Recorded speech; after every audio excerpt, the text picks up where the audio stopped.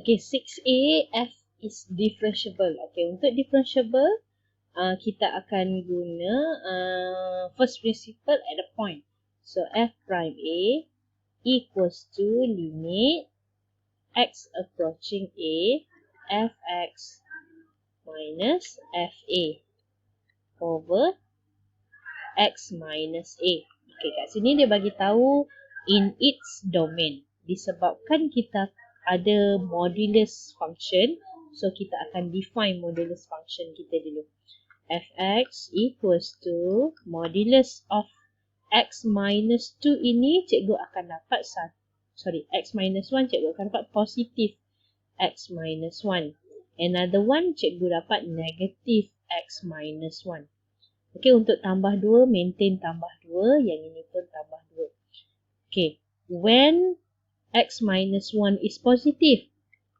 When x greater than or equals to 1.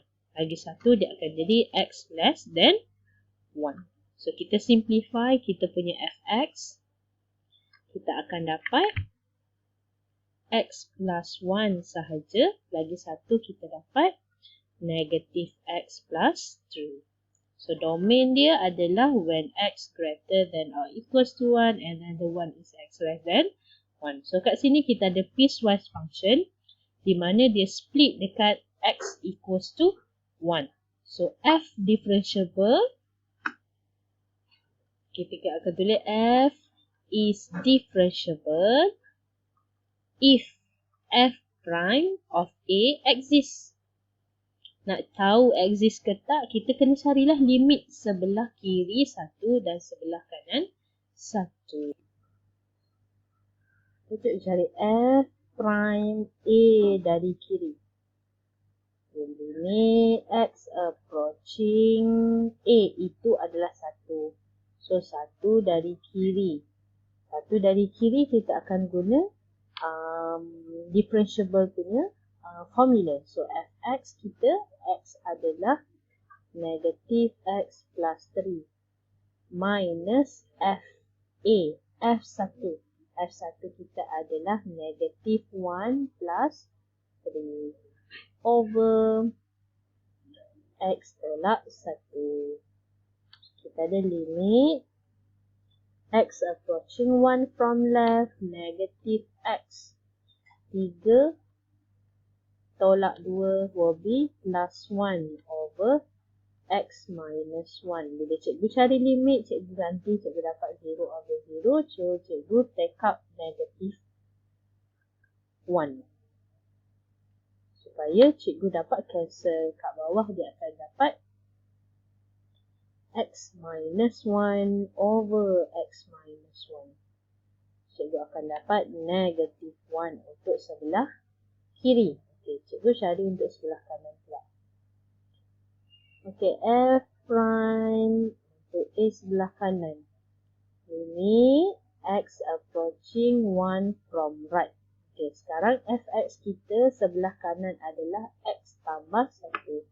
So, x plus 1 minus fa. Fa adalah ganti 1 tambah 1 bahagi x minus a. Cikgu ada limit x approaching 1 from right. Cikgu dapat x 1 tolak 2 tolak 1 bahagi x tolak 1. Cancel out. So, cikgu dapat 1 sahaja. So, kat sini kita ada limit sebelah kiri tak sama dengan limit sebelah kanan. So, limit x approaching 1.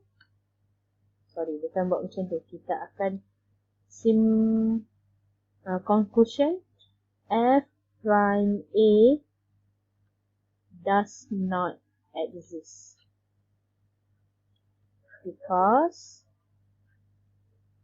limit x approaching A from left, dan ini adalah fx minus f1 over x minus 1 do not equals to limit x approaching 1 from right fx minus f1 over x minus 1. So, sekarang prime A does not exist, barulah kita buat conclusion f x is not differentiable.